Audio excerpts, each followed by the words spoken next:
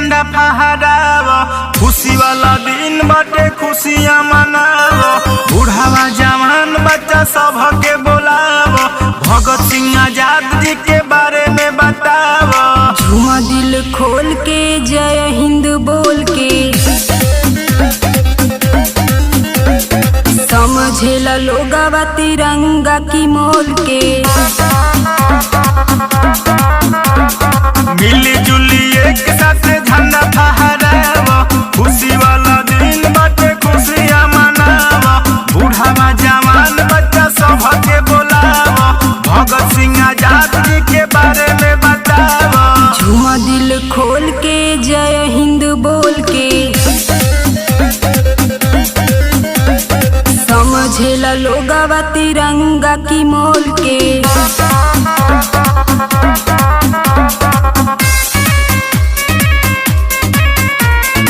Recording by Madhur Studio Khosi।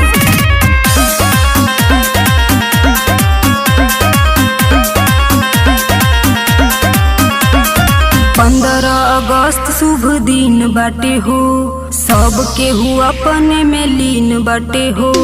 हंसी खुशी पूरा हिंदुस्तान बाटे हो, काहे से की जागत जवान बाटे हो। झूमा दिल खोल के जय हिंद बोल के, समझेला लोगवा तिरंगा की मोल के। मिली जुली एक साथ झंडा फहराव, खुशी वाला दिन बाटे खुशियाँ मनाव। बूढ़ावा जवान बच्चा सब के बोलाव, भगत सिंह आजाद जी के बारे में बताव। झूमा दिल खोल के जय हिंद बोल के,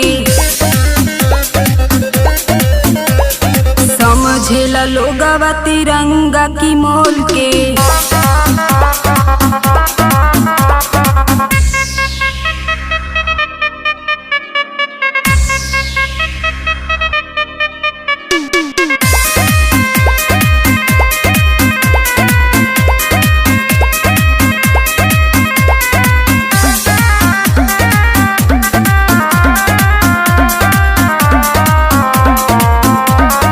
हृदय प्रदीप गुणगान करे हूँ, दीपा देहाती सम्मान करे हूँ। अरे लोहर तिरंगा आसमान में बहो, चारों ओर पूरा हिंदुस्तान में बहो। झूमा दिल खोल के जय हिंद बोल के,